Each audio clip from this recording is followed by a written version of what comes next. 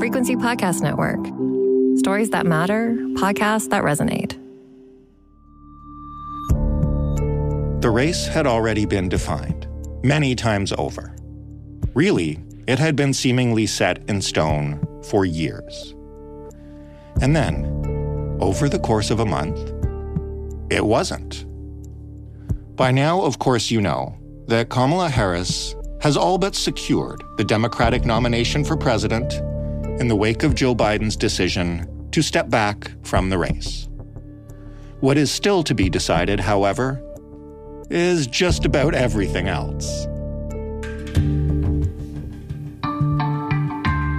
How will Harris fare as a candidate? How will the Republican Party try to define her, and will it work? How will she use her prosecutor's background to attack Donald Trump? And how has she seemingly been able to energize a base that had spent months moping towards a likely defeat? Oh, and do you, in fact, think you just fell out of a coconut tree? You think you just fell out of a coconut tree? You exist in the context of all in which you live and what came before you.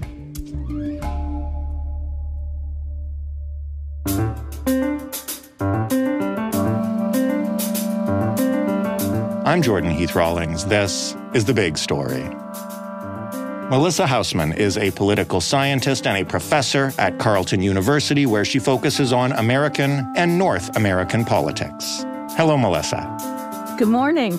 What was your first thought as somebody who spends their time studying American politics when Biden announced on Sunday that he would step down? What went through your mind? Personally, I was relieved because, frankly, I was one of those Democrats who questioned his ability to win, and these repeated statements that only I can win, which is a real huge assumption. I'm a huge supporter of women in politics, so I'm absolutely thrilled that Kamala Harris was in the position to take this up. And we know that this has been a long haul in the Democratic Party. For example, Shirley Chisholm, the first Black woman elected to Congress in 1968 from New York, ran for the Democratic nomination for the presidency in 1972. She won 152 delegates, and then there were some backroom machinations between the guys who controlled the party, and she ended up releasing her delegates. 1984, Geraldine Ferraro was the VP nominee under Mondale, and the Democratic Party blamed her for losing the election, which was ridiculous. Mondale was not a very strong candidate. Hillary Clinton ran for the nomination against Obama in 2008, and as we know, in 2016, Hillary was the nominee, some say much to Biden's chagrin, and actually way outperformed Trump in terms of number of votes by nearly 3 million. But of course, due to the Electoral College, the Trump campaign's better playing of the Electoral College math, she lost. So all that by way of saying women and women of color in the Democratic Party have had various shots at the prize, i.e. presidential nomination, but it's a very tough row to hoe. One thing I think that's very heartening is that Harris raised, as of yesterday, over $100 million, which sounds like a lot of money, but it's small in the general scheme of things in a U.S. election, but still Right. Very good on fundraising. So there's a lot of positive energy around this. Certainly, the GOP has been making comments to the effect of how unfair this is and how undemocratic it is to switch nominees this late in a race. That's a very interesting point, and I'm glad you raised it.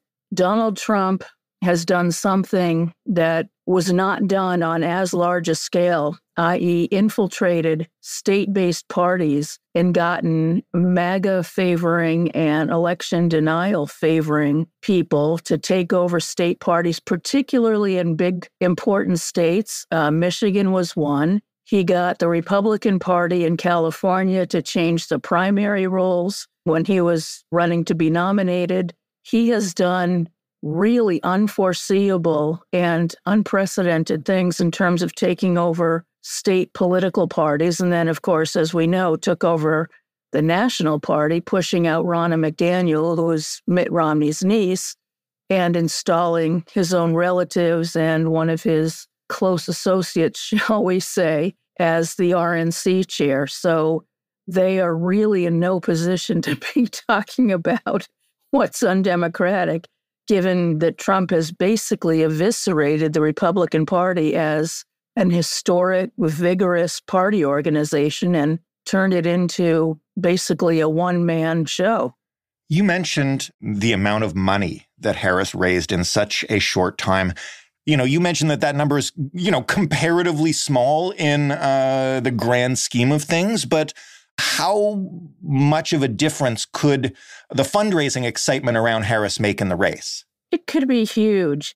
Elon Musk has, of course, committed to sending $45 million a month to a super PAC, which is basically there to run ads. And that's where the fundraising for Harris could play a big part, to run these ads to counter the ads on the Trump side. I mean, being able to buy media time is incredibly important. Mm-hmm. The other thing, of course, where the fundraising can help, if it's not donated to a super PAC, which again can only run ads, is in supporting and fleshing out state party organizations and giving the money to hire paid canvassers and people to do the phone banks and all that. I mean, every bit of this costs a lot of money. Texting platforms cost a lot of money. I mean, it's like 23 cents for a short message or something. Right. It's just like cha-ching, cha-ching.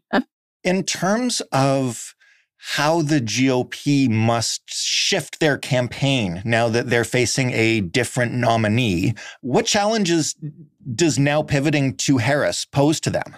I think very large, to be honest.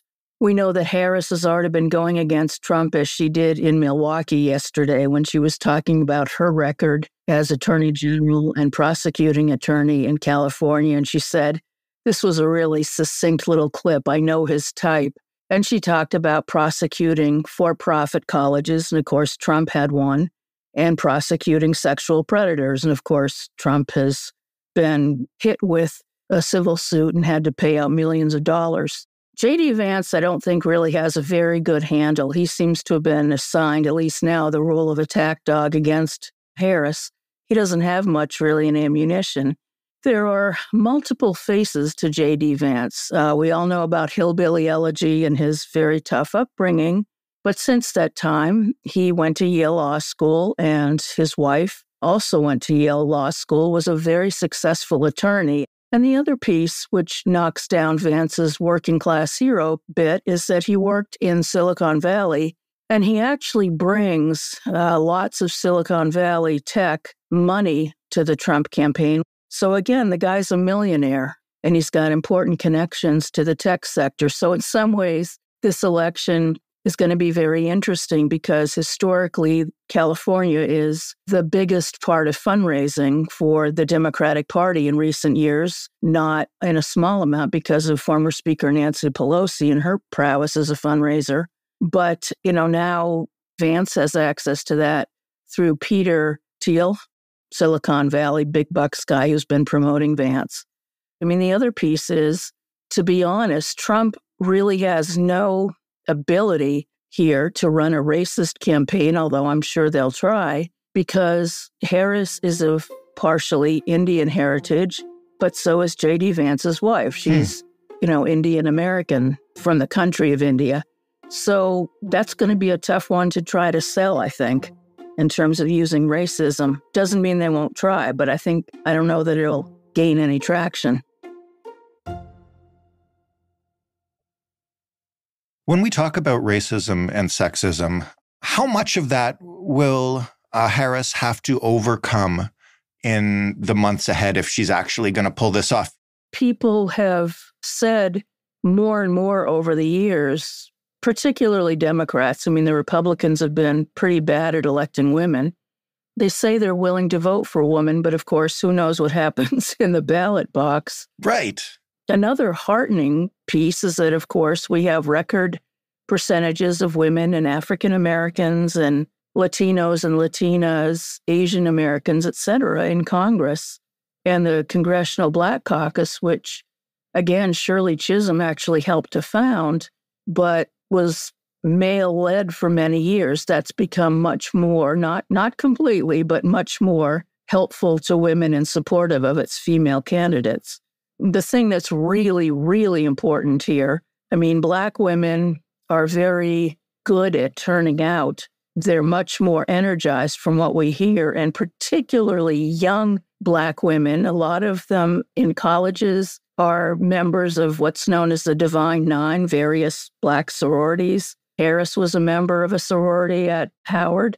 And so all of this is very important in terms of networks and turnout. But the Democrats do have to work on some white women, although, again, white women have been energized in certain states like Florida and across party lines by the abortion issue, because It's just been such an incredible field day for anti-choice organizing since the Dobbs decision in 2022. So the candidates' organization has to work very hard, and I'm sure she'll get lots and lots of interested volunteers, but it's about getting those folks to the polls.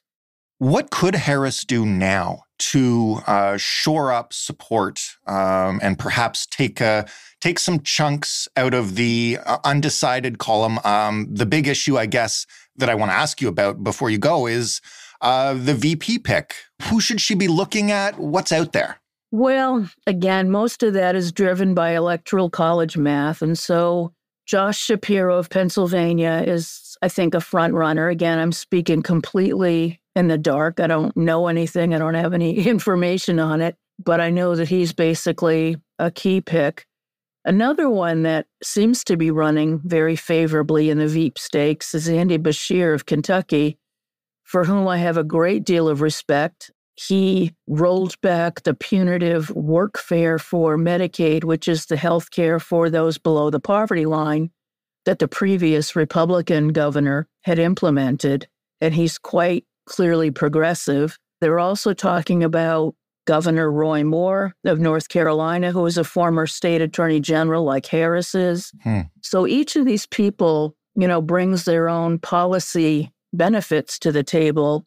But Pennsylvania and North Carolina in particular would be important states to win. Some people have talked about Gretchen Whitmer of Michigan. I think a lot of people fear that 2 women on the ballot would be just too crazy for the U.S. electorate to handle. I'm not one of them, but of course, middle America might feel differently. So that could be an issue, but she could prove me wrong and pick her. What do I know? One last question. Sure. What's at stake here for Canada? The U.S. has not been playing well under the USMCA with regard to the auto industry, and we know that's hugely important for Canada. On the other hand, Canada and Mexico took the U.S. to the USMCA tribunal, and the U.S. lost. So there wouldn't be much of a difference. The only difference is, of course, Trump is talking about levying a 10% tariff across the board on all imports, which would very likely not survive WTO challenges. But for all intents and purposes, I don't see much change between the Biden administration and a Harris administration. I mean, Harris, when they were negotiating it and Pelosi was Speaker in the House, she got some provisions that made it more palatable to Democrats to vote, things like improved worker protections, some environmental protections. And that was good enough for Biden, but basically it was not good enough for Harris. And she was one of 10 senators to vote against the USMCA based on saying the environmental provisions weren't strong enough. So I think some folks have a worry there. I mean, Harris comes from California, which we know is the 5th largest economy in the world. So she's not inherently anti-trade. I mean, she's clearly pro-trade and was allowed to take that position on the USMCA because they had the votes anyway. So it's about shoring up one's particular policy record, but I don't see her as an anti-free trader by any stretch of the imagination. She is a pragmatist. That's how she got to where she is. So I think probably continuation of the same. Melissa, thank you so much for this. Thank you very much. Melissa Haussman of Carleton University. That was The Big Story. For more, you can head to thebigstorypodcast.ca. You can shoot us some feedback. Let us know what you thought about this episode. I am particularly curious in hearing from our listeners about how much they want us to cover American politics. Do you come to us because we stick to Canada? Are these issues big enough that we better pay attention wherever we live? What do you want to see as we move into the 100 days that will decide at least America's future? The way to do it, as always, email hello@thebigstorypodcast.ca or phone by leaving a voicemail at 416-935-5935. The Big Story is in all your favorite podcast players and all your least favorite podcast players. And it's on smart speakers if you ask them to play the Big Story podcast. Thanks for listening. I'm Jordan Heath Rawlings. We'll talk tomorrow.